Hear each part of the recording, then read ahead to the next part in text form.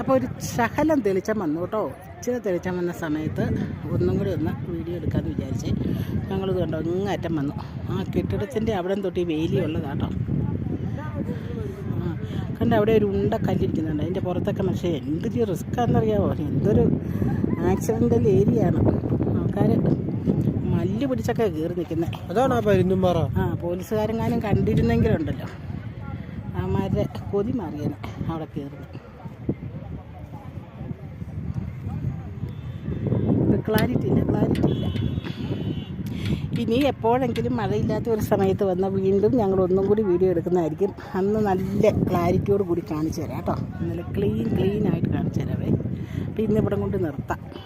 Photo എടുക്കണം. Photo എടുത്തു. അങ്ങോട്ടേക്ക് സൺലൈറ്റ് അടിക്കണം.